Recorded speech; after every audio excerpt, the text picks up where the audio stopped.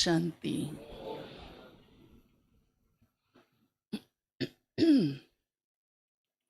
आज प्यारे बाप दादा के अव्यक्त रूप के चले हुए महावाक्य हम सब सुनेंगे। आज बाबा ने समय की पुकार क्या है और उसके अनुसार क्या होना चाहिए। आप जानते ही हो आत्माओं की दशा क्या बन गई है, और उनको क्या चाहिए। तो प्यारे बाबा ने कहा है कि आप अपनी चलन द्वारा और अपने चेहरे द्वारा बाप को प्रत्यक्ष करो। प्रत्यक्षता माना ये सबको समझ में आए देने वाला दाता कौन है, कहाँ से मिलेगा, क्या मिलेगा। तो बाबा ये चाहता है आपकी चलन बोले। हाँ, किसी की लॉटरी निकल आती है तो फर्क पड़ता है उसके चेहरे पर या नहीं पड़ता? एक सेकंड में पड़ जाता है।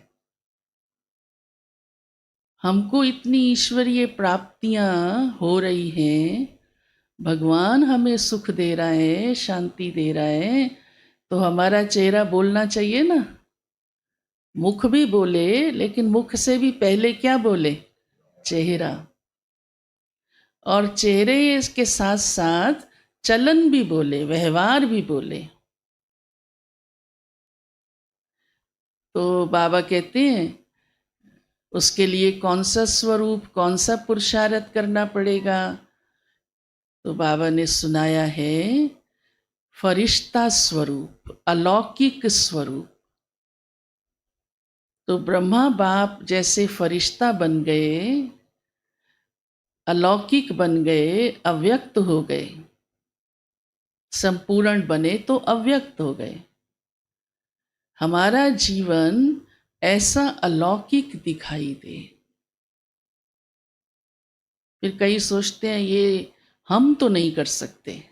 अक्सर ये सोच लेते हैं बाबा बाबा था, मम्मा मम्मा थी, दादियाँ दादियाँ हैं, दीदियाँ भी अब कहते हैं, हाँ उनका क्या कहना। पर बाबा ने सब बच्चों को चांस दिया है, सब बच्चों को चांस दिया है, सब बच्चों को लक्ष्य दिया, एक ही। हाँ, सबको बनना है ना शशि में। हाँ, आप सबको पीछे रहना है क्या? नहीं। तो बाबा ने बहुत सहज 4 बातें कही हैं जो सब कर सकते हैं, कर भी रहे हो, ऐसे भी नहीं कि नहीं कर रहे हो, पर और पुरुषार्थ चाहिए तब तो हमारे चलन से वो दिखाई देगा ना। तब तो आपका स्वरूप भी, हाँ, बाबा मम्मा जैसा फरिश्ते वाला दिखाई देगा ना। तो वो आज 4 बातें बाबा ने कही हैं।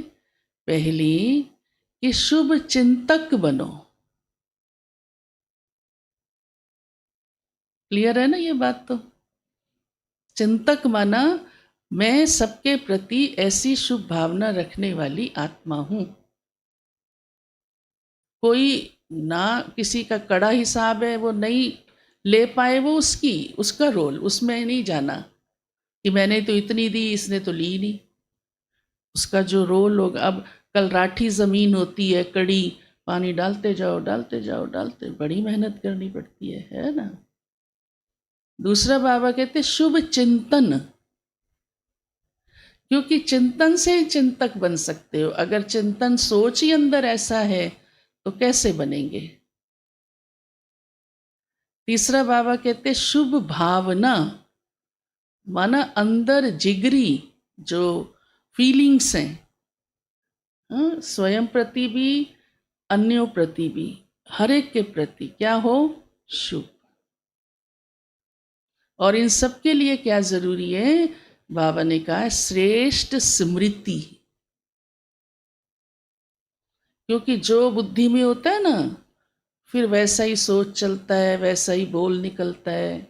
हाँ, बुद्धि में उल्टी बात आ गई, समझी नहीं बात, तो क्या होगा? ये 4 बातें आप बोलो, कर सकते हो या नहीं? बोलो। देखो, सब कर सकते हो।